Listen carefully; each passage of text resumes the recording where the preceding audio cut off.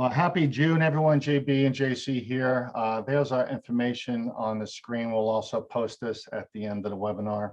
Today, we are tackling yet another Ask Us Anything live event. Our agenda today is packed full of data and information that's going to either make you more successful or scare the you-know-whats out of you. We hope to make you more successful at what you do. We'll be going over some statistics we'll give you an update as we do every month as to where the ATF is, the inspections they're conducting, completing, the number of revocations and warnings, so you can beware and be alert to what's going on in your area. We've also comparing that to prior year. We're comparing it to last year just to show the obvious impact and where we're seeing it. Then we'll have some updates regarding what we call the ATF accelerators, the items that can get you in trouble in the eyes of the ATF regarding inspections, revocations, and at the end, we certainly have a revised don't get revoked list, so you can document best practices for staying ahead of the inspection and avoiding any problems with them. And then we'll go through, obviously, the buy it and watch and what we're hearing from the legislature as we talk with the NSSF legal team, government relations, and other folks we're affiliated with. So what are the numbers? Let's take a quick look. This is for May, and for all of you, if any of you are new, go ahead and put a number 2 in that chat box. If you're brand new, never been on before, so I can figure out what to explain and how much depth I should go into. If you're brand new, put a 2 in that chat box. But here's the reason. Lots of 2s. Okay, cool. Thank you, John. If you keep check on that chat box, I'll keep check on the presentation. All right, so here's what's happening is if you've never been inspected before or gone through adverse actions, the ATF doesn't document and publish the final results until they actually conclude the process. So what we want to do is show you concluded, finalized processes, more commonly known as adverse actions, as compared to the inspections completed and published for public access. Okay, that's the information we use. So inspections in May was 645 IOIs are out there in your stores, visiting you and running through your records and conducting inventories. That is 132 more than the same month last year. So May of last year, they did 132 less, somewhere around 521, I believe. So that's a very high increase, almost 20% increase over last year. Look at those cities that have high inspection rates: Kansas City, Columbus, Dallas, Houston, Phoenix. These are the same offices that have been high throughout the year. Nothing new here. So if you're in these areas, you guys got to pay special close attention because these guys are on a tear. They're out and about, they're fully staffed, and they're doing inspections. Regarding warning conferences from May, again, concluded in May, which means the FFL has been inspected earlier, probably in January, February, or March, or April. It takes many weeks, if not several months, to get your final report from your inspection.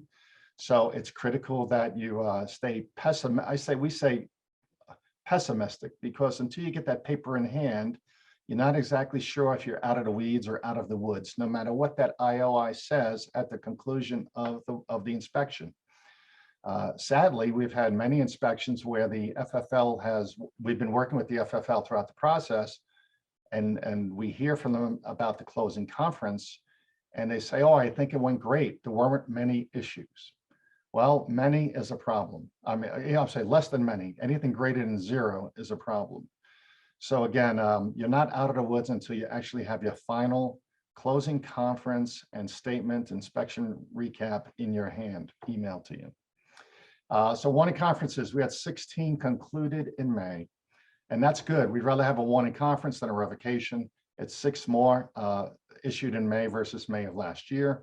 Surprisingly, San Francisco had 3 issued. We haven't been seeing anything from the California offices in recent months, so that was a surprise to us to see them out and actually issue warnings. Some other surprises here were Louisville, Miami, and Washington, D.C. even issued a warning, which means they were out and about. if you want to see the full list of all of the ATF offices, you can always email us, JB or JC at FFL Consultants, and we'll give you the total rundown. Now, revocations. This is what we're all worried about, and we should be. Charlotte, there was 8 revocations in May, which means, again, they went to conclusion and they were finalized, and they were from inspections that happened in the prior months. Nothing happens fast when it comes to revocations. Charlotte had 2, Columbus had 2, and each of these cities had 1, Boston, Kansas City, New Orleans, and St. Paul. All had finalized revocations. Okay. A lot of numbers, but if you're in any of these cities, please take note. Okay. Here's our stats year to date, and this is important to just to show you the impact of this campaign. It's not a make-believe campaign. The zero tolerance campaign is fast and furious. Total inspections this year already at FFLs is over 4,000, just about 4,100. And you can again see the cities where the majority of these are occurring. Warning conferences, there were 86 year to date. There were 86 concluded, and revocations 75. Again, take a look, see if your cities are on these lists. The momentum is in these cities. We've been watching this month after month, and we're not getting surprised by any of the results or any of the actions that we're seeing occur. Okay. Here's the interesting comparison to last year. If you look at 2021, we had 5,800 inspections for the entire year completed by the ATF inspector field force. They already have 4,100 inspections done. We don't know how many they're going to conclude with this year. Is it 5,000? Is it 10,000? They're out there, they're going, they're not slowing down. And that's where we should maintain our focus. Just think that they're coming is the best way to think about this. We get calls every day, and they ask us, you guys ask us what we think based on what we know or what we see and what we hear from our FFL community.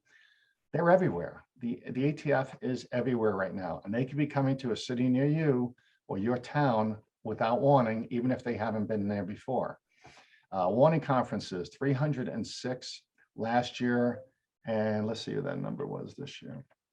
We have 86. So there was only 86 warning conferences. This is kind of interesting. 86 last year and 306 this year. Now, so they're lower on the warning conferences. You're opposite. 306 last year total year, and then 86 this year to date. Right. So, I mean, we don't know where they'll wind up for the entire year, but if you look at revocations now, we're at 40 for all of last year. And this month through May, we're already at 75. Okay, thanks, JC. So 40 for the entire last year, and we're already at 75 for this year. So here's the big problem. We already know, and we've been told by many of our colleagues, that there have been over 500 FFL revocation notices issued. And again, which stressing the fact that the revocation process doesn't happen quickly. You get your letter, you ponder it for a few days, and this is what happens. You Google it, you talk to maybe an attorney, maybe you wind up in a chat room someplace, you're asking about revocation notices and how to handle them, and then you call us and we either tell you we can help you or we can't. That's the sad part of this whole story, but we have a whole strategy. We're changing a strategy this month, which we'll explain in just a few more slides. In the past, we were able to go ahead and argue adverse actions through a variety of strategies, but we can't do that. And it's because of what's happening lately, all of this breaking news. There's extreme focus and pressure on politicians, law enforcement, the government, the federal government, the ATF, your senator, your congressman, because of a public safety issue resulting from the many mass shootings we've had, which is almost unprecedented. We'll show you some numbers in a minute. I'm sure you're all aware of these. We're not going to talk about the details of the mass shootings, but just in June alone, there's already been 34 mass shootings this month. It's a crazy number. Year to date, there's 265 mass shootings, and a mass shooting qualifies as an incident where one individual with a firearm injures or kills 4 or more victims. So 1 subject and 4 or more victims. You can look that up on the gun violence archive. All of this information is readily available. Very sad state of affairs we're dealing with for a variety of issues. Injured and deceased is already this year 1,400. And most of these we know most commonly and refer to most public right now are the issues in Buffalo and Uvalde. So this unfortunately affects the entire industry. Whenever there's a shooting, it affects the entire industry because it becomes a media issue. Okay. Here's also unfortunately how the numbers stack up over the past 7 or 8 years. What you can see by here is over year by year, these mass shootings have steadily increased. I mean, back in 2014, we were surprised and shocked when there was a mass shooting. Now that was 272 in 2014, and as you see in 2021, there was 692, almost 700 mass shootings for such a variety of reasons. You know, we can have a whole nother hour discussing why this occurs, but we just have to know as dealers, whatever happens in a city around America, if there's publicity in media, it's going to affect the rest of us. Okay. So we call these the accelerators, and this is what we've been keeping our eye on. You know, what's going to impact you and us as FFLs and the firearms industry overall? Well, it's certainly the Biden administration zero tolerance program. Because this is a constant, he utters zero tolerance in almost every presentation he does as president. We refer back to gun violence. We refer back to rogue gun dealers. We don't even know if our president understands the definition of rogue gun dealer. Someone dealing without a license. They kind of loop us all into one bucket, unfortunately, as gun dealers. And that's just the way the media takes it, and they run fast with it. The public safety and public outcry issue poses so much pressure, undue pressure. You know, JC and I travel all over the country, and we go sometimes to the smallest and out of the way towns and to the FFLs to do an inspection or an audit. And we even hear about the issues in these small little towns with different organizations boycotting or protesting against, you know, a gun range or a gun dealer. The media emphasis absolutely does not help. I don't think you can turn on any channel, any social media, or any radio station and not hear about the gun violence. We have political discord. We have, you know, between the two parties. This will never end. It's very public and also becoming a very big issue with state legislation. I think most of you probably already know, I was in New York last week with where the governor has already passed 10 new laws, 10 new laws with the swipe of a pen. And at the state level, that can happen, not so much at the federal level. So they're making it almost impossible to be an FFL in the state of New York. And we offer our support for anybody on this Zoom from New York. Midterm and 2024 campaigns, the midterm elections, gun violence, FFLs, AR bans, all of this information is going to continue to plague us. But we have to stay positive. I mean, we can't let this prevent us from doing what we're doing. The Nix Denial Act is also a big part of this, as we heard more and more about this over the last couple of weeks. JC and I have been asking questions, and we did talk about this last month. The Nix Denial Act goes into effect in October. And it's kind of weird. It came out of nowhere, but it's being pushed through very fast. And what it will require is that you as an FFL will be required to provide to local law enforcement upon request copies of your denied 4473s. The FBI, the Nix program, is going to be alerting all of the local authorities to who gets denied and for what reasons. And if it involves a felon, it sounds like, looks like, and feels like local law enforcement is going to have an all-out campaign to track down and prosecute those individuals, those felons, who are prohibited from purchasing a firearm or have been told not to purchase firearm or ammunition. Now, there's some good to this. We see it as it's connected, as we are understanding, this is being connected to the straw purchase program or straw purchases that are prevalent across America. And the reason being, a denied person comes in, or the person comes in, gets denied, they leave, quite possibly that firearm that was denied gets purchased later by a conspirator, a friend, a girlfriend, a gang member, somebody else affiliated with that denied person. That firearm winds up at a crime scene. The time to crime is very short. All of these pieces are like a puzzle, and they do clearly fit together. So that's what our understanding, our opinion of the strategy is by the ATF and the FBI is to get local law enforcement more quickly involved in felons who shouldn't be attempting to purchase a firearm. Okay, that's the why. Somebody asked us this morning on a different Zoom, what's the why behind it? Okay, the how is you will have to provide your documents to local law enforcement. We don't have the law. We don't have anything in writing yet on this. We hope it's published, July or August, so we have time to prepare and train. But these documents will be handed over to local law enforcement, which means they have to be perfect. A denial in the past has not been one of the documents you spend so much focus on. When we're doing our inspections, we see denials for the most part, maybe 80, 90% complete. They're missing some information, maybe the firearm information, maybe a date, maybe something silly.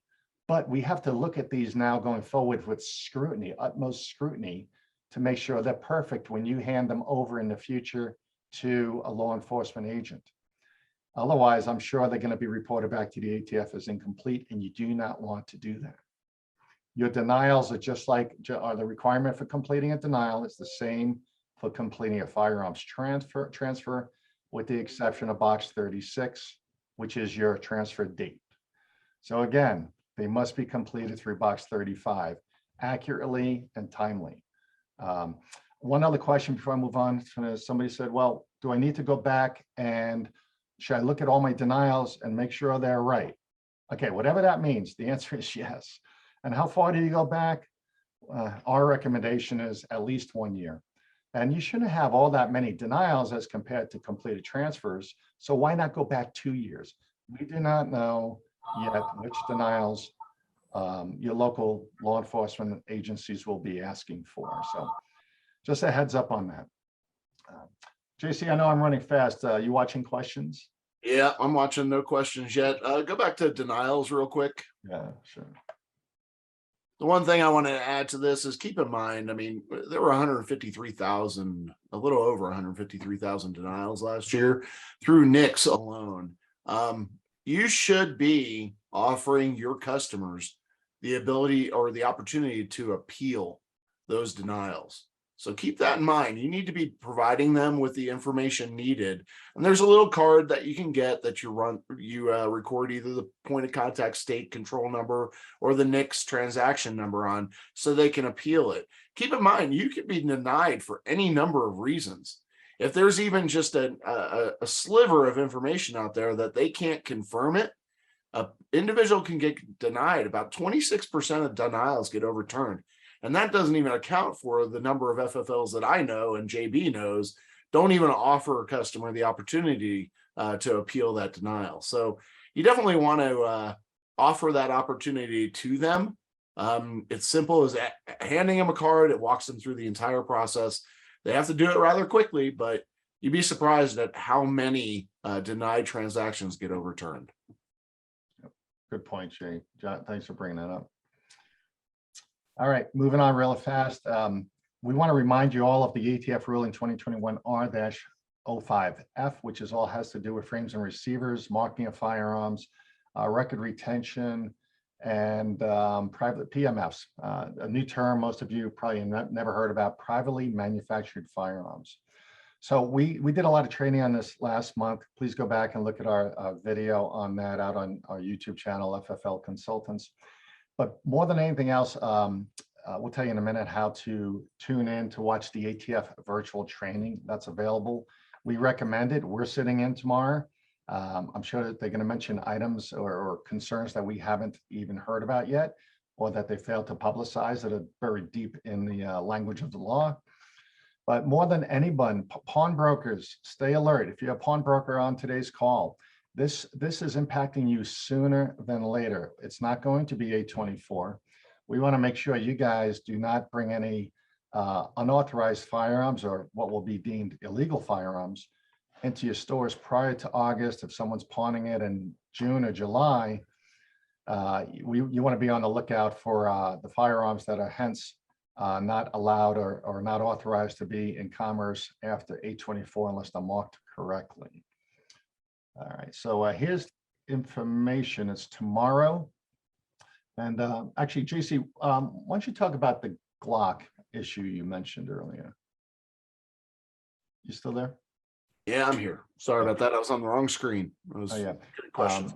Yeah, you were talking about the lookalike Glocks, right? Yeah, just keep in mind, I mean, the vast majority of PMFs are very, very similar to Glocks. So for those of you that are taking in used firearms or anybody that's a pawnbroker, make sure you're paying close attention and scrutinizing these PMFs. And keep in mind too, that especially if you're a pawnbroker, you've taken one in on pawn, effective 824, that means you're going to have to either mark them yourselves or take them to somebody who can mark that firearm for you. And you're going to have to make those entries properly in your A&D records. So keep all of that in mind. In addition, if you're selling these kits as of 824, you're going to have to mark that frame or receiver if it meets the classification of a frame or receiver, as it will be in place effective 824. And we've been asked by one of the pawn associations to come up with a notice. We'll include, when we send out the link to this video later this week, we'll go ahead and include a notice that pawnbrokers can use to post at your front counter, alerting your future pawnees and customers as to this new law going into effect, and restrictions on accepting pawns if you so desire for those privately manufactured firearms. Again, there's a lot of information being conveyed tomorrow and on Thursday by the ATF directly. So hear it from the horse's mouth and see it on June 14th, 16th at 10 a.m. and to 10 a.m. to noon. It's a 2-hour session tomorrow Eastern time, as well as 2 p.m. to 4 p.m. Eastern time. And if you haven't already received the information from the ATF directly, we do have the link to that webinar. It's I think it's a WebEx type of webinar, and you'll have to try dialing in early and download the software like you do. Like Zoom is one software platform, WebEx is a different one. You'll have to go in and download that quickly, give yourself an extra 5 or 10 minutes. But you can find that link on our homepage, fflconsultants.com. Right at the bottom, you'll see a big button that says, get the link here. So go ahead and do that. It's going to be a WebEx. It's going to be a WebEx. Yeah, WebEx. WebEx for this. Yep. Yeah. So go ahead and get that link. It's a very long link. We didn't want to publish it here. It's like 72 characters. Hard to copy, nothing easy. Just go and get that link. Dial it up, click on it, load it, and save it for tomorrow. That'd be great. All right, here we are. You know, the zero tolerance program is still causing us a lot of angst, and we are experiencing a lot of, for our business, which is primarily helping gun dealers stay out of trouble with the ATF, or getting out of trouble when they do get in trouble. We've been pretty successful with that, and those strategies are not working well with the zero tolerance program. As we said, there's 645 inspections last month, May. We are dealing currently, this is FFLC, meaning FFL consultants, our activities, and we'll keep you updated on this monthly, but we are dealing with over 40 FFLs who have received warnings and/or revocations since January. Again, it takes several months sometimes for your inspection to conclude, for your IOI to type everything into their software platform they use, and then to get that report reviewed by 6 or 7 different people to decide whether or not you're getting revoked. And if you are getting, or if it does, if you are subject to revocation, several other people look at it to confirm it. And very few people are trying, meaning inside of the ATF executive branch, there's very few people trying to say no to a revocation. It's almost an automatic when you violate when you have a certain number of infractions or certain types of infractions.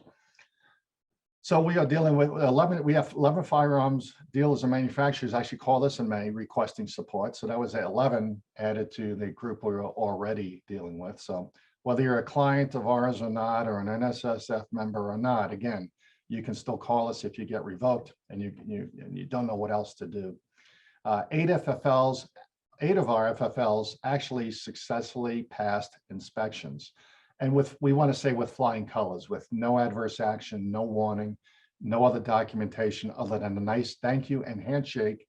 And the ATF, left with a message of see you in a few years, and thanked the FFLs for their stellar performance.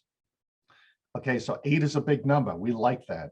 9 pending inspection results. Another 9 of our FFLs we work with are pending results right now. So we are not totally firm on good outcomes on those 9. We are crossing our fingers.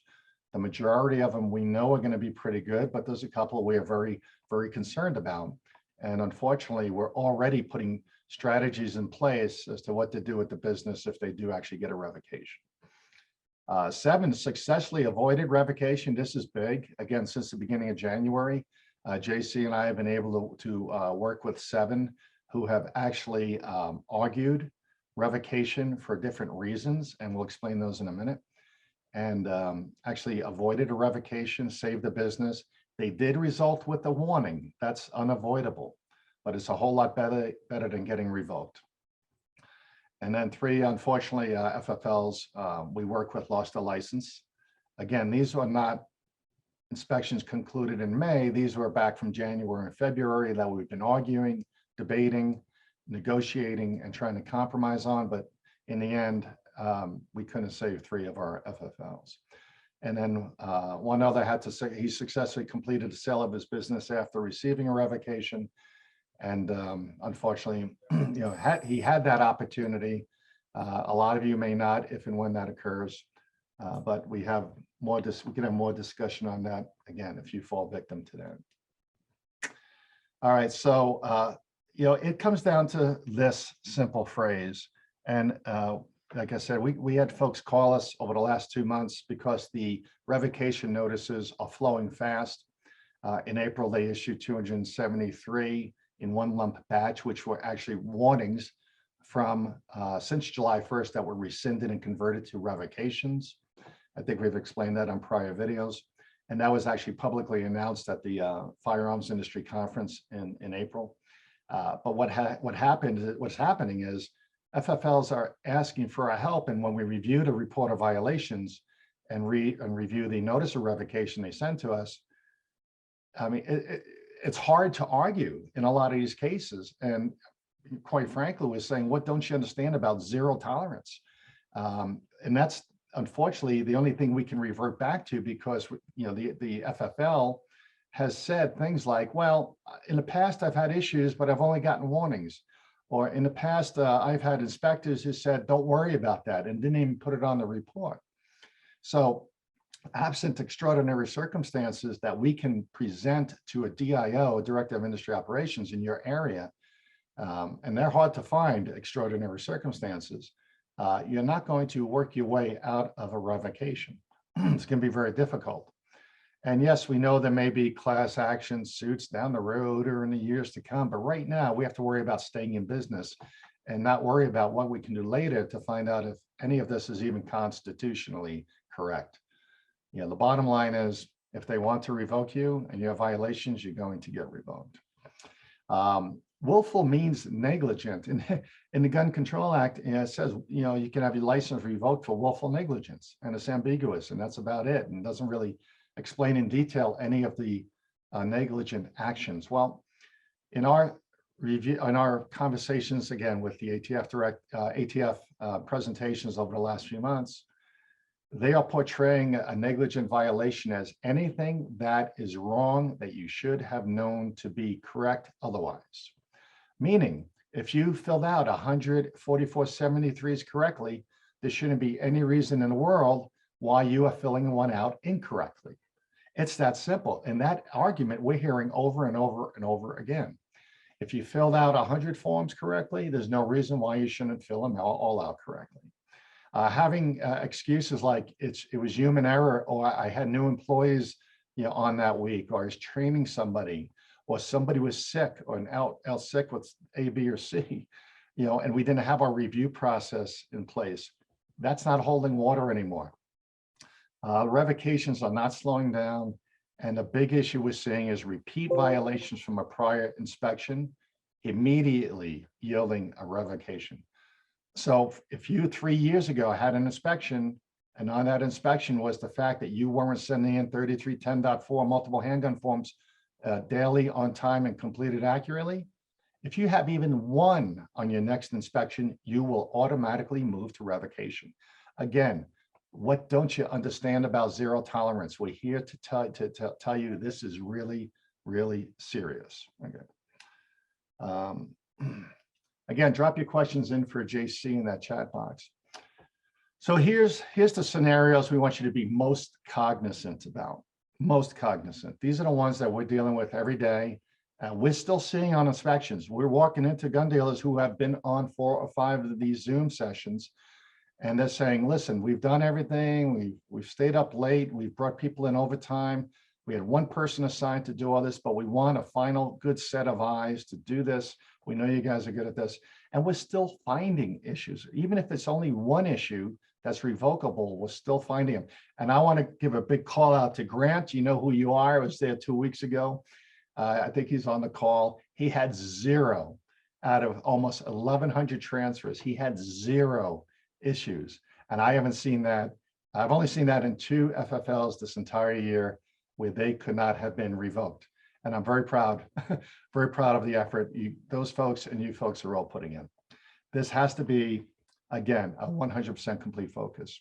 So here's what the issues are. Not reporting missing firearms and not conducting inventories. That's a big statement. There's you can have all types of excuses when ATF comes to do your inspection and count your guns that you haven't. If you say I haven't conducted an inventory and that's why I'm missing firearms, that's not gonna go well. The ATF leaves it up to you, plain and simple, to account for firearms. And that's why they don't tell you how often or how seldom you should do an inventory. That's based on your array of firearms, your volume, your quantity, your traffic, and you decide how you're going to make sure everything's inspection ready every day. That's a term we hear all the time, inspection ready every day. Okay. Multiple A&D or bound book errors, carelessness, and disregard for requirements. If you're late entering acquisitions and late beyond, different, it's either same day with no paperwork, 7 days with paperwork. Same thing on dispositions. Yeah, most of that is within 7 days. ATF loves to say next day or within 24 and end of the next business day. Let's make it as good as we can get it. You can be revoked for having inaccurate record keeping. Clearly stated last week by one of the IOIs presenting, he said, listen, I still have a little bit of latitude. He says, if I see 1 or 2 issues, maybe 3 out of 1,000 transfers that you have a problem with, he goes, I might be able to do something, but you have more than 3, my hands are tied. And he said, it doesn't matter if you're a home-based dealer, pawnbroker, manufacturer, doesn't matter if you have 10, 100, 1,000, or 5,000 transfers, you have more than 3 minor issues, I have to do something about it. I have to fill out the report. He was being very honest. He was a fabulous, fabulous IOI, and very credible, but very honest. So guys, do your best. Expired IDs, we're still seeing date of birth entered as expiration dates. You guys know what that means. And I'm sure many of you have done that or found it on your forms. Out of state or expired carry permits. We do have NICS exemptions, NICS exemption states. If you have a qualified CCW exemption, make sure it's the same state. It's only valid in the state where it's issued, and make sure it's not expired. And then fail to recertify. This is so big, 20 and 21. If somebody's picking that firearm up on any other day than what is originally signed for in box 21, if that date is different in box 31 or not listed at all, we got a problem. It's an incomplete transfer. Not recertifying is a major violation, incomplete transfer, therefore immediate revocation. And again, this is the zero tolerance. This is the onesies. These are the one item that you can get revoked for. And we don't want you to. All right, we want you to be better at this. Transfer over 30 days. We're getting calls and more calls about this. We do have a remedy for it. If in fact you find this in your paperwork, if you transfer it on the 31st or 32nd day, please give us a call. We'll tell you how to get it. We'll tell you what steps you can take to get that corrected. You can't erase the fact that it happened, but we can hopefully put you in better light and with the remedy, and give us a ring if you're in that situation. But you have to act on those. You can't let them go and hope the ATF's not going to figure it out. Early transfer, same thing on delays. If you're prior to the Brady or state date, whether it be 3 days, 5 days, 10 days, whatever your state is, transferring without a response on a background check, make sure you're abiding by the actual dates, and make sure you're not counting 2 days instead of 3 or 4 instead of 5. Make sure your employees understand this clearly. I want to go back to this transfer after 30 days. We talked to someone earlier and they had a great idea. They said, I'm not making it 30 days. I make it 28 days. He goes, I make, because you can spread, employees can screw up when they're looking at a calendar or thinking about the months or trying to count 30, which months have 30 and 31 days. He goes, to get around that, to prevent any of that happens, we don't allow transfers after 28 days in my store, and that prevents this all around. And that's a great program. Maybe it's 20 days. Maybe a supervisor has to sign off on anything after 20 days. Put these little programs in place in your store so you don't make mistakes. Don't forget about the Brady date either, JB. What's that? The Brady date needs to be at 72 hours. It's 3 government business days, so weekends and holidays don't count. I don't know how many FFLs that we come across where they're counting 3 days, but they're counting weekends and holidays as well. Keep in mind, it's 72 hours. It's 3 business days, government business days, not your business days. Right. Yes. Missing or incorrect NICS or POC control numbers. If you're doing NICS, you're using NICS, it's a 9-digit number all the time. Has been forever. 9-digit alphanumeric number. When you're looking at your forms, make sure there's 9 numbers and 9 characters in that box 27B, and make sure it's not 8. Very often our employees transpose those numbers, or transposing is one thing. You're probably never going to be able to fix that or identify it unless you're printing a copy of every NTN confirmation report for proceeds. And a lot of folks do that, and that's a great practice. But if you go ahead and look at that box and there's only 8 numbers, that's a bigger problem. And the ATF, that's a very easy inspection process for them, just to count the numbers very quick. Takes an extra 3 seconds when they're reviewing the form. But sure enough, we find those. I probably found 20 or 30 of those just since January in locations I've visited. Question 21, the prohibiting questions. If anything's left blank, in section 21, they failed to check a box, it's an incomplete background check. Biden's zero tolerance program says incomplete background checks or transfers to a prohibited person is deemed immediate revocation. And what's an incomplete background check? Not calling NICS? No, it starts with the 4473. An incomplete background check is missing a signature for the warning signature. It's missing a box filled in.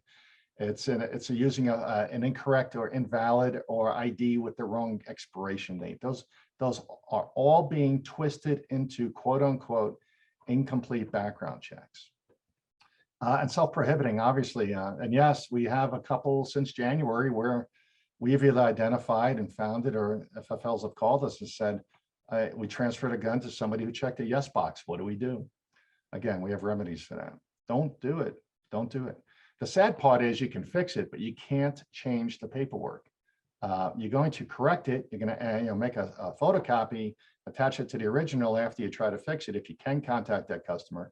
But then again, you're raising your hand and identifying for the ATF that you made a mistake. Missing a form 4473 sounds crazy. If you're using sequential numbers on your 4473s and you're missing one, the ATF will definitely identify this during the next inspection. They must look back 12 months. By law, they have to look at at least 12 months worth of 4473s, and they can go back further if necessary, or if they deem necessary, as far back to your last inspection, pardon me. Now, how are you going to know if you're missing a 4473? Well, obviously a sequence number form is missing, or you're going to go to do a trace someday. Like we had a call last week and they said, I have a trace and I can't find the 4473. Everyone panicked, but within about 3 hours, we actually identified where it could possibly be. It was in a cancel folder, which was in a different storage area of the office. So we actually found it, and you know, we know where to look and we know how to help you. So luckily that all worked out okay, but not responding to a trace within 24 hours will go ahead and result in a revocation. These aren't maybes, these are definitely. Failing to submit multiple firearm forms same day, will it be a 3310.4 or 3310.12? We've talked about that often and often and often. And we say always keep proof that you've sent in your traces and keep proof that you've submitted your multiple firearm sales forms. So what do you do? What can you do? What should you do? Number one, help conduct more inventories. Okay, if you're doing 4 inventories a year, give yourself a big round of applause. Okay, if you're doing 1 or haven't done an inventory yet this year, get on the stick, go do it, get a team together, make it happen. Double and triple check every 4473 before it's transferred.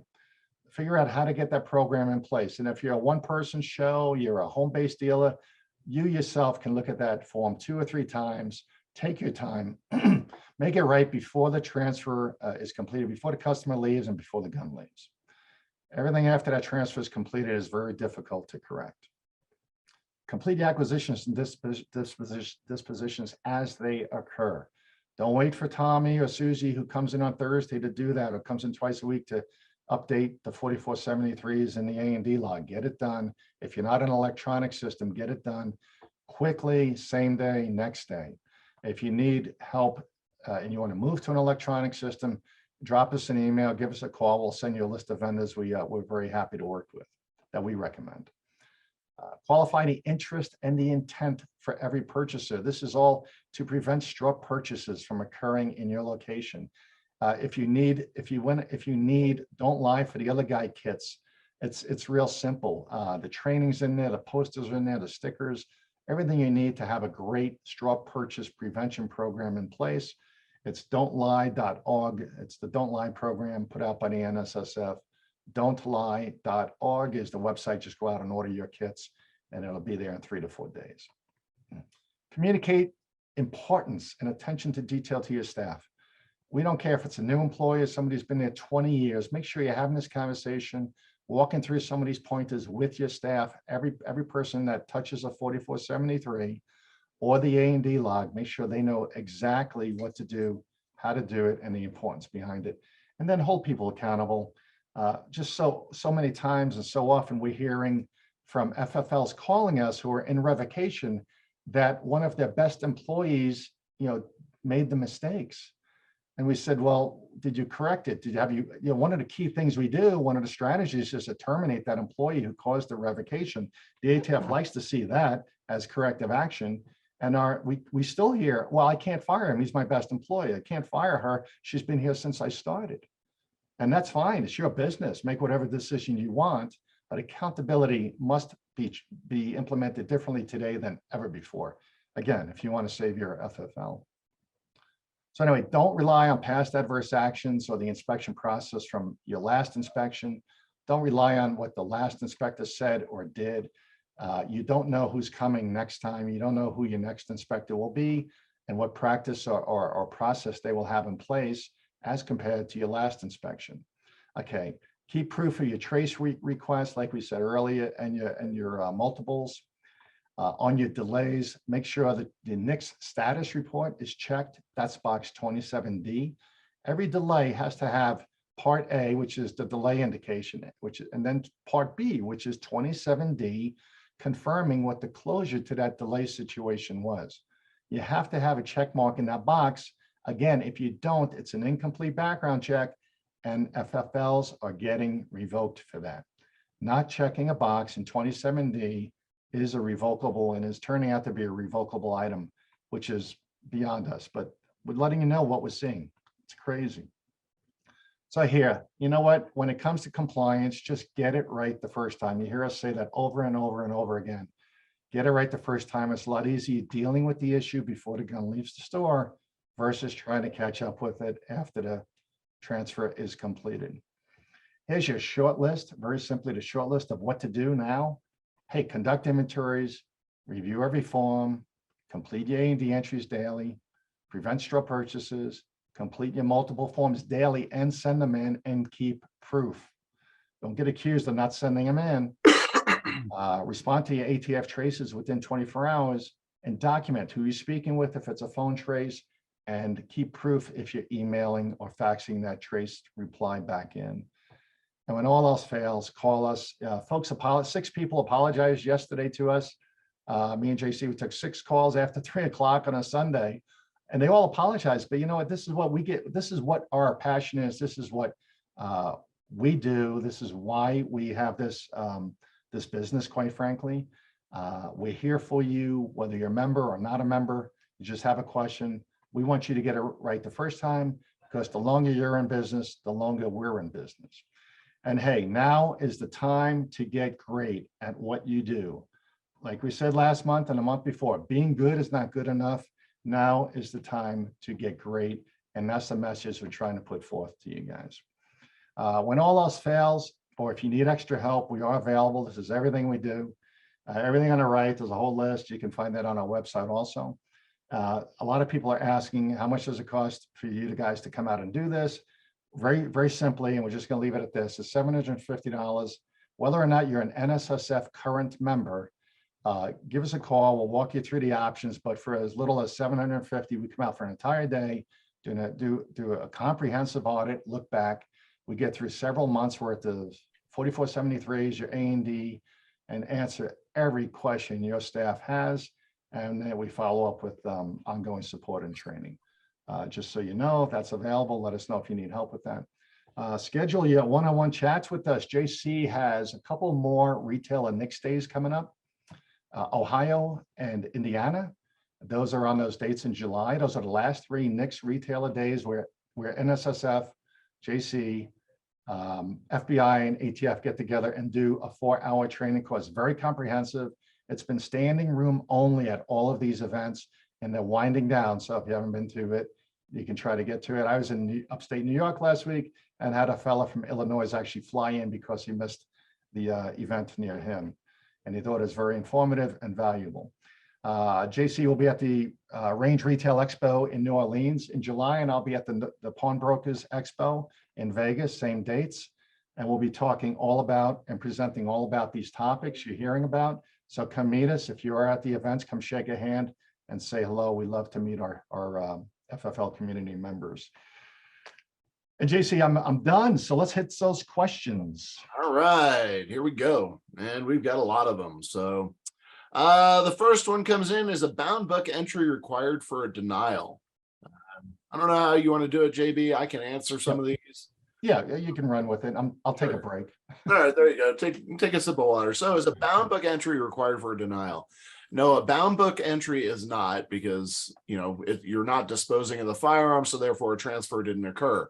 What I will tell you is that is a great opportunity for you to identify or put in place a denied purchase program where you can flag. I don't care if it's a little asterisk or you highlight that firearm or whatever the case may be, where you identify that firearm as potentially being involved in a denied transaction.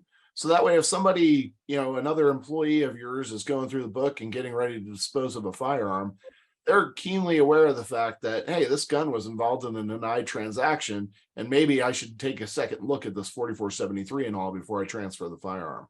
So no, it is not required, but there is a good practice in there for you to identify firearms that were involved in denied transactions. Next question: are dealers who eliminate records over 20 years old seeing any pushback or increased scrutiny from ATF during inspections? No, obviously the ATF would love for you to keep those records beyond 20 years to help support them in their trace requests. But as it stands right now, until that law goes into effect, you can dispose of records that are over 20 years. We tell everybody the same thing: 20 years plus 1 day. So It's up to you whether or not you want to hold on to those or not. But here coming up in August, you're going to have to retain those records forever and ever. So next question. If the customer appeals and is approved, would they still give the denial info to authorities to investigate? That remains to be seen. Our assumption is, and this is the reason why we're telling everybody to go through that appeal process, is so that they have that kind of in their back pocket to say, yes, I was denied, but I did appeal it and I won. The likelihood is slim to none, especially if they get it, within 30 days, which is the requirement for an appeal process. So, will it? Maybe, possibly.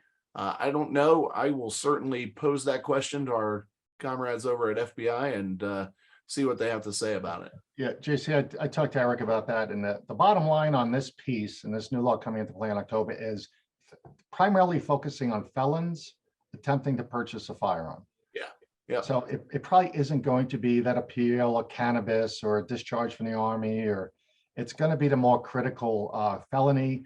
And as we explained earlier to others on another call, this is the opportunity for local law enforcement to go and prosecute and arrest a bad guy who they may otherwise be after. For example, they know somebody's a bad guy in the community, but they just haven't caught him doing anything bad yet. This is going to be a fallback program. This person will be issued a warrant based on the fact that they tried to purchase a firearm against prior direction from a judge when they were released from prison not to do so. This is going to give local law enforcement a feasible warrant to simply go pick that person up and prosecute him easily. That's a no-brainer versus trying to wait for that bad guy to do other mischievous actions and get caught. That kind of came out in a conversation this week at a presentation. I was happy to hear that as the reason behind, partially behind this program. Right. All right, next one. I tell denied buyers to go straight to the local ATF office. Well, that's all well and good, but the local ATF office isn't going to be able to tell them a thing. The background checks, although are part of the purchase process and governed by the ATF, FBI, NICS, and CJIS are the ones that run the background check. So the appropriate process there is to give them the appeal card with their NICS transaction number and allow them to go through that process. It's all electronic. They have to get their fingerprints and all this other stuff. So sending them to their local ATF office, it's not going to do them any good. You need to give them the proper procedure for appealing that denied transaction. And if you'd like, reach out to us via email and I'll be happy to send you that card so you know exactly what to look for. Yeah. How do we deal with a delay that the customer never comes back to get? Well, that one's really simple. You have a NICS transaction number or a point of contact state control number on that form. The first thing that you need to do is go ahead and fill out blocks 34 and 35 that a transfer didn't occur, but don't date it. And then in block 32, just simply put, customer did not return. And then file it in your dealer cancel file with NTN number. So create a file folder, NICS transaction, or I'm sorry, dealer cancel transaction with NTN, and that'll help you in your inspection process. Yeah. Also on that, 27C is going to you're going to have the box marked delay checked.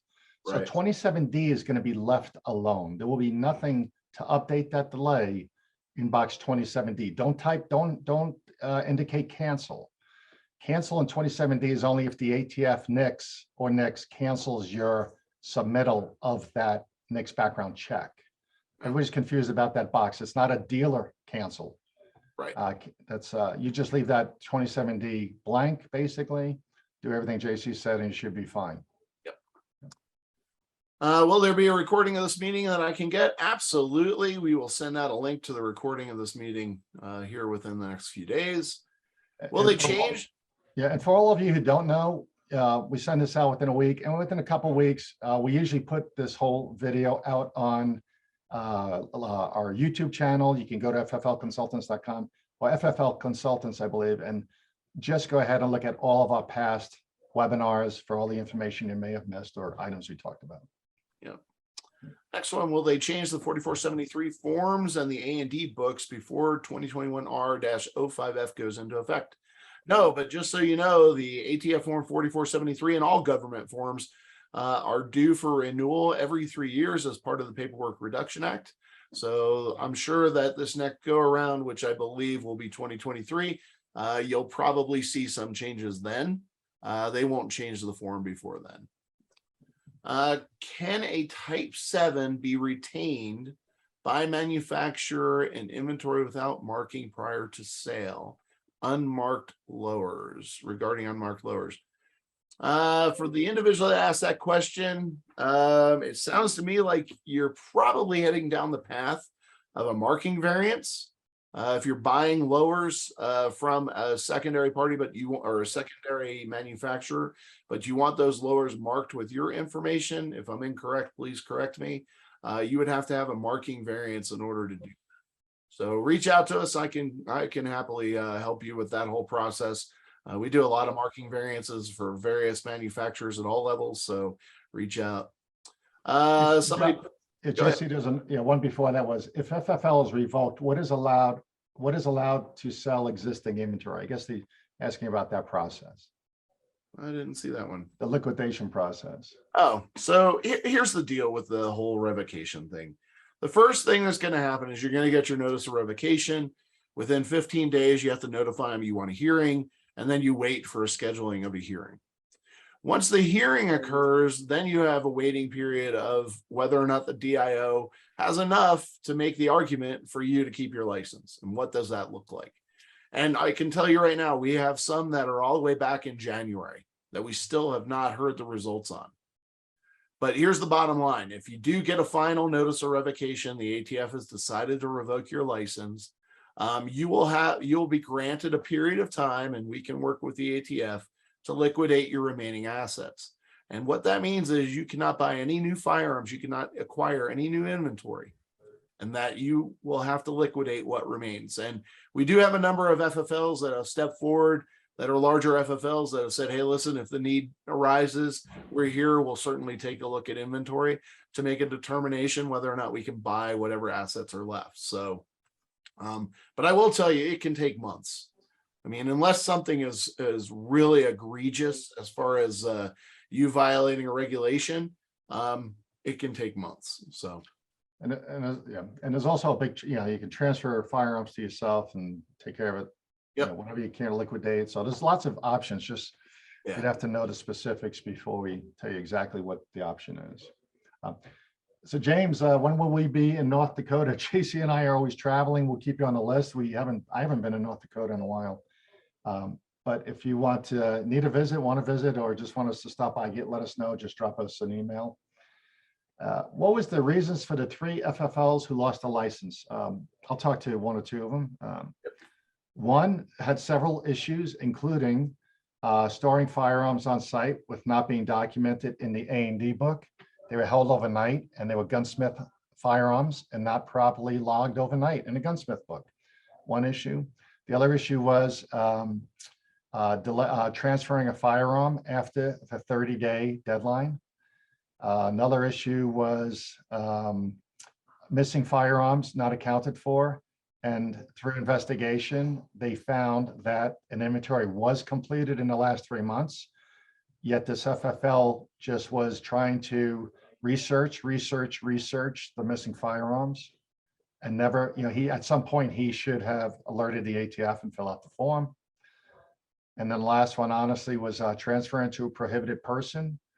They accidentally transferred to someone who was a delay, and they didn't check the NTN report early in the morning, and the fella showed up for his gun, and the somebody behind the counter thought he was a delay with his 5 days expired, and didn't check the NTN report to find out he had been denied that morning. So they had to, a week later, they figured it out, got the gun back, but because they had already, as we say, they already crashed the car. You can fix the car, but if you crash it, you can't get that accident. You can't erase the accident. And that's the way the ATF is looking at these infractions now. They don't care if you fix things. You already did it, and you're going to be held liable and accountable. Yep. Any other, what's some of the things you had, John? I know Yeah, the onesie twosies, the ones that only had 1 infraction or 2 infractions, have been primarily either releasing a firearm, after or before the Brady date, releasing the firearm after the background check had expired. The other one is utilizing out-of-state residents, NICS exemptions, where they don't have to run a background check, but because they're an out-of-state resident, they didn't, because they were following the laws of the other state, and they were required to run a background check and did not. Yep. So those are the primary, like, single issue or 2-issue type violations for the most part. So Okay, JC, can you get another FFL if you get revoked? the chances are slim to none. If you look at the ATF Form 7, it specifically asks you, have you ever been a responsible person on a license previously? So, you know, here's the deal. We have 2 right now that we're going through, helping. It was a partnership situation where the individuals were responsible persons and they were involved in the business activities of the license that got revoked. And they presented themselves, they stepped forward and said, listen, I want to take over this business. I want to run it right. And we're supporting 2 candidates for FFLs right now who were previously responsible persons on revoked licenses. So it can happen, but man, it has to be extenuating circumstances. We've had to jump through a lot of hoops to get these folks approved. Yeah, JC, while you're on RPs, folks, we had a very unfortunate incident in the last month where an RP, an owner of an FFL local here where we live in Denver, was killed tragically, unexpectedly on a motorcycle accident. And unfortunately, there was no one else listed as an RP on his license. And it really took pulling all types of strings and asking for all types of favors to sustain that business and not have it liquidated by the ATF and shut down by the ATF. So just a lesson, if you're the only person listed as an RP on your license, please make sure you get another person listed. Yep, absolutely. Is NSSF updating Info and Compliance University, SHOT Show University with the newest and upcoming info, regulations, etc.? Yes, I will tell you that there are a number of webinars, webcasts on the schedule right now to go through all these things. I would imagine that you'll start to see some of those opportunities pop up in the next few weeks. All right, here, John, you'll get this one.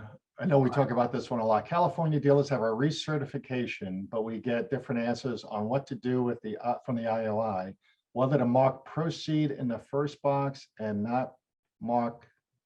Oh, I didn't get the second.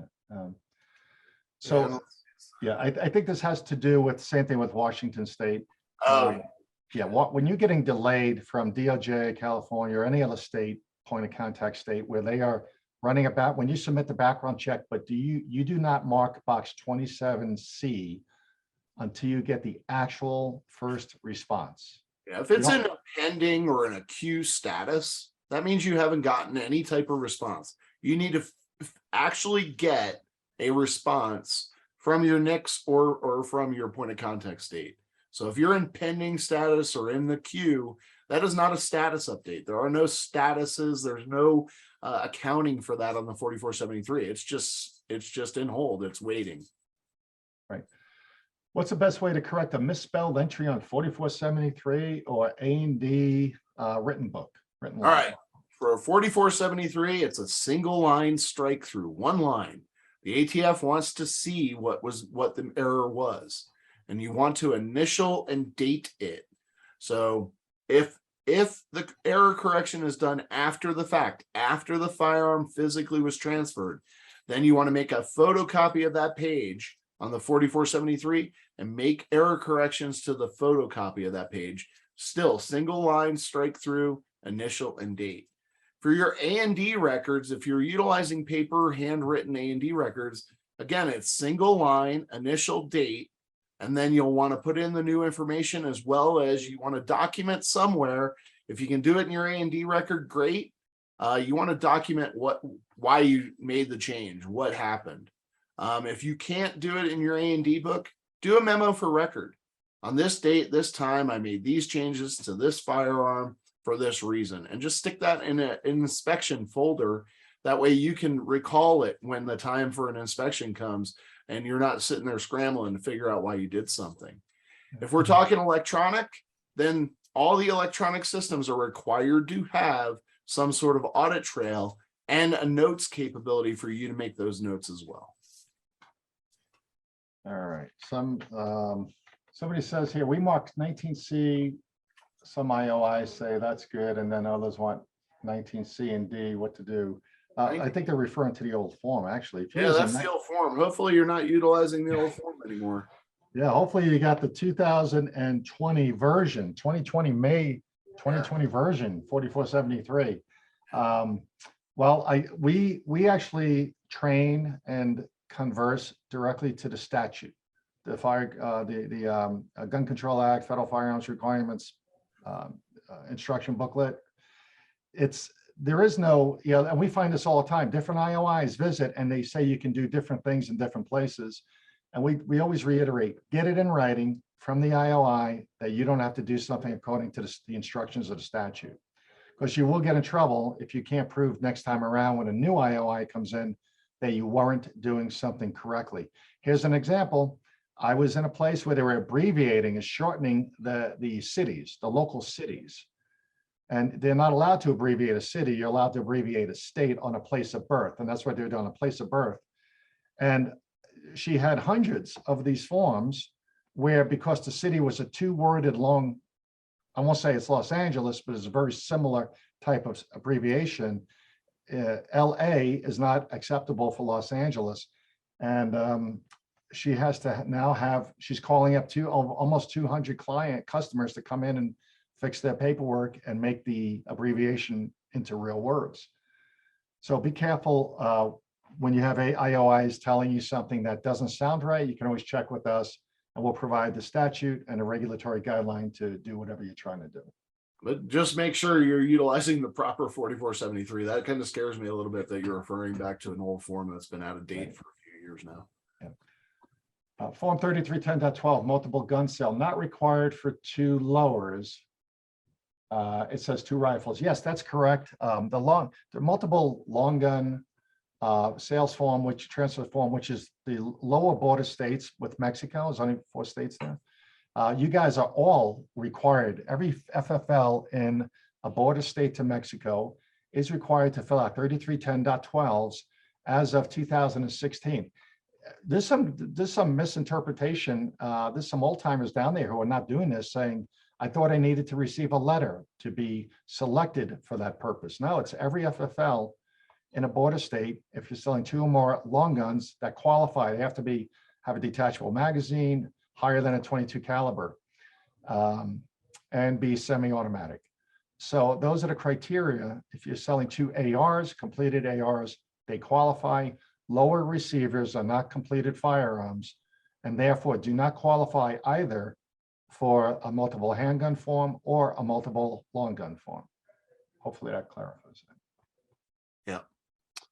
On the gunsmithing books for class 1 versus 3, we keep them separate from sales. Is that an issue? I don't know what you're referring to as class 1 versus 3. I'm assuming you're talking about Title 1 versus Title 2 firearms. So gunsmithing for overall gunsmithing, any gunsmithing operations, yes, you should absolutely keep a separate gunsmithing A&D record. That kind of shows the ATF when they come in for an inspection that you're returning firearms to the individual that brought the firearm in for gunsmithing, which is totally legitimate without a 4473. So as far as if you are referring to class 3 or Title 2 firearms, NFA firearms, if somebody brings in a firearm that's an NFA firearm, you should definitely seek guidance from NFA, and you may want to submit an ATF Form 5 for that transfer.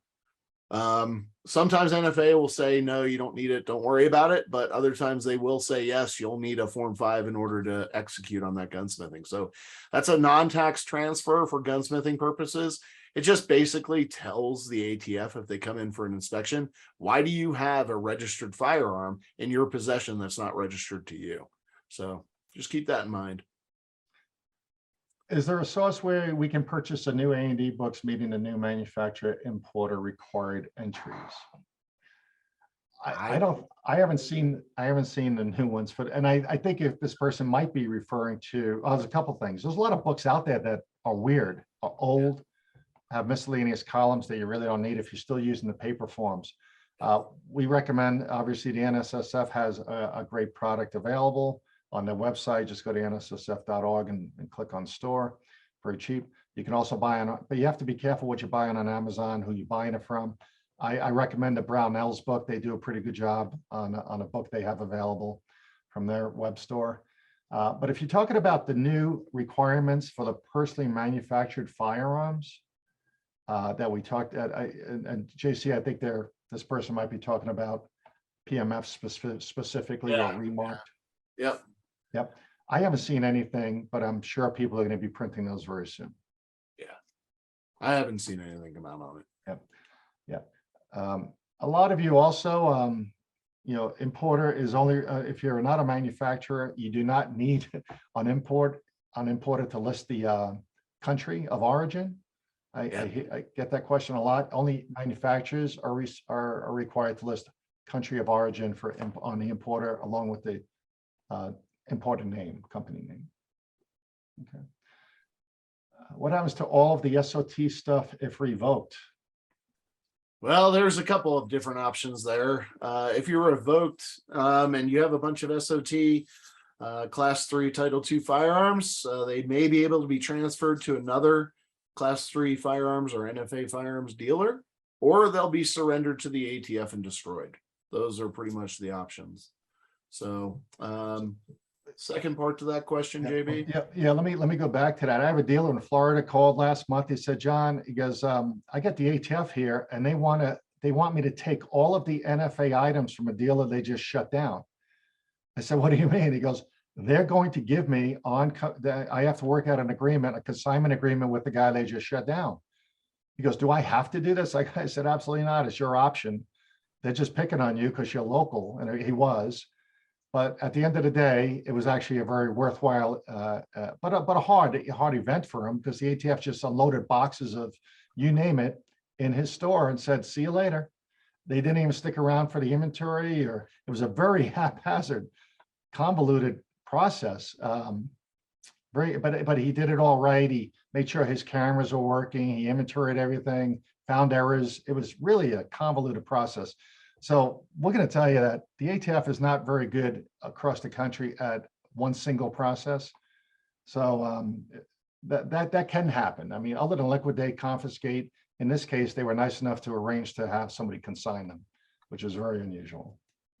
Yeah. All right. If revoked letter has been sent, can an FFL shut down before the revoke is fully finished and reopen as a new FFL? I can't tell you how many times we've heard that this month already. Yeah, unfortunately. Yeah. Go ahead, JB. Well, here's the quick answer. No. The other answer is you can try, but it's up to the DIO, who's obviously reporting to the Merrick Garland's office in Washington, who heads up the ATF right now and has oversight under the Biden administration to manage all of the ATF activities. So many of our folks, unfortunately, have asked us if they can surrender a license now that they've been notified. And the answer is it's not going well. They've already, I don't know, 6 or 7 have already tried that and been turned down. They said, no, too bad. In the old days, meaning prior to Biden, it was an option, possibly an option. Today, it's not. We're not seeing it as an option at all. So if you guys don't have your paperwork up to snuff, have a great process in place, feel great about it when you leave at the end of the day, we're telling people, start thinking about what is plan B? What would you do if the ATF showed up and you're not great at what you do, you think you're going to get revoked? You can do a lot of things fast, prior to an inspection being completed. But once that inspection is completed, you're basically stuck with the results. And there's no backing out. It's a one-way street as we see it right now. For call, do you put the original date or date it's delivered? I don't know what that means. For Cali, I think it's a California question, but the Oh, for California, maybe? Yeah. Do you put the Pretty- original date or date it's delivered? We get different answers through our IOIs. If you're talking about the acquisition date, it's a date you receive it in your store, in your hand. If you're talking about a DOJ, oh, I know what this might be, John. It's the delay. It's from the time, from the time of the submittal of the background check, right? Whether or not the firearm should be in hand anyway to push that through. Yep. I think we need a little more detail on that question. Yeah, we need a little bit more detail on that one. For procedure 2020-1, record keeping on supplementary documentation is required. Is it required to be affixed to the file 4473, or can it be filed in parallel file? We're talking about the non-over-the-counter transaction for NICS exempt transactions. For those transactions, everything needs to be affixed to the 4473. Curious why you're doing non-over-the-counter transactions. So please reach out to us. Those should be rare. As a matter of fact, the vast majority of non-over-the-counter transactions that occur off-premise involve a NFA firearm transaction. So reach out to us. I'd like to get a little bit more detail to make sure we keep you out of trouble on that one. For 3310.4, we appreciate you guys hanging with us. We'll stay a little longer to get through these questions if you want to hang around. Hey, the other thing I want to remember to tell you is always check, make sure we're listed in your contacts list, and check your spam folder. Make sure our email is not landing in your spam folder. If it is, just go ahead and mark it as not spam, and we should be okay going forward. We're sending a lot of stuff out lately. Form 3310.4, does the larger caliber than 22 long rifle requirement apply to pistols also? So I guess that would be no, for 3310.4, the handgun, multiple handgun transfer form is for all handguns. Yep. Any caliber. The 22 long rifle is only for magazine fed semi-automatic long guns in the border states of Mexico. We were under the impression we could only have one A&D, not one for sales and one for gunsmithing. We are on electronic A&D. We have this question very frequently from folks who have moved to electronic software. We actually work with a bunch of, we're actually trying to help a bunch of the software providers straighten this out and understand the process. And it's a misunderstanding. I'll just leave it at that, as how the programming works in the electronic software. The folks building the software don't understand the gun business, and they think every gun transfer requires a background check. And there's a few packages out there that don't require you to return a firearm to someone for gunsmithing per se, to the same person you received it from without a background check, which is wrong. It's not required. So, several of our clients are forced to do background checks on returning gunsmith firearms. So hopefully that explains the fact that it's a vendor software issue. But you can and should have a separate capability in all of your software, either to mark it as a gunsmith, background check exempt, or to have a separate log someplace in there to go ahead and use it specifically for gunsmithing. And the other problem is you're not allowed to have a paper book for gunsmithing and an electronic log for everything else. It's either all or nothing. It's either all paper or all electronic. So if you still have questions on that, please reach out to us, drop us a line, give us an email. All right. What about the SOT items that are already out on Form 4s? Will the customer start all over? I guess this is if revoked, John. Which one are we on here? Repeat that. Jay, to everyone at 12:16 p.m. What about the SOT items that are already out on Form 4s? I guess if he gets revoked, will the customer start all over? We've had this happen a couple times already. What they've done is moved the Form 4s. Basically, they've moved the devices over to another FFLs, NFRTR, moved the registrations over and continued the process. And that's pretty much probably the reason why we had the one where they tried to move everything over to another FFL or asked them to take care of it, was because of this reason. They had so many Form 4s in the process and somebody had already paid for all those products. So What'll happen is it'll get moved over to the receiving FFL, and the transfer will continue. And you'll just have to notify the transferee, the buyer, that, hey, listen, I'm out of business and all your stuff is going to be over here now. We've had this happen a couple times. If I get a revocation, can I sell all of the MG machine guns on a no law letter? I don't know exactly what that means. No, they may permit you to transfer the machine guns over to another FFL that has a class 3 FFL. So that remains to be seen, or they'll be surrendered and destroyed. Is there a limit on the number of firearms I can transfer from my inventory to my private collection? No, there is no limit, but you better keep those firearms for a period of at least 1 year. Yes. Or transfer them to, oh yeah, you're right on that. JC, does it matter if it's a sole proprietor versus a LLC? Can they No, it transfer doesn't this? matter. If you're transferring them yourself, the rule of thumb is you got to keep them for 1 year. Yeah. All right. Thank you for another informant. Thank you, Steve. Very good.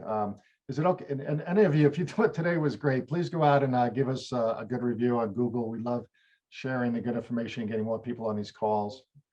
Is it okay to have electronic A&D and paper gunsmith? I think I just reviewed that. No, you The answer gotta, is you no. gotta, once you go electronic, you can't go back. Yep. Yep. The one thing I want to call out too, there was a question earlier about multiple A&Ds. You can have multiple A&Ds, and we actually recommend having multiple A&Ds for retail sales versus gunsmithing versus manufacturing versus NFA. It just makes your life easier. Yes, absolutely does. All right. I think that's it. Oh wait, I have an SOT in both type 1 and type 7. I would like to close out my type 1 SOT. Reach out to us via email. We'll be happy to send you over kind of a checklist of what you need to be looking at in order to close out your FFL. Yep. All right, everyone, we're looking forward to our next Ask Us Anything on July. It looks like the 18th. Just stay tuned to your email. Looks like July 18th, mid-month, and we wish you well. Again, we're here for your questions 24/7, 365. JB and JC signing off and saying good luck with your FFL compliance. Have a great day.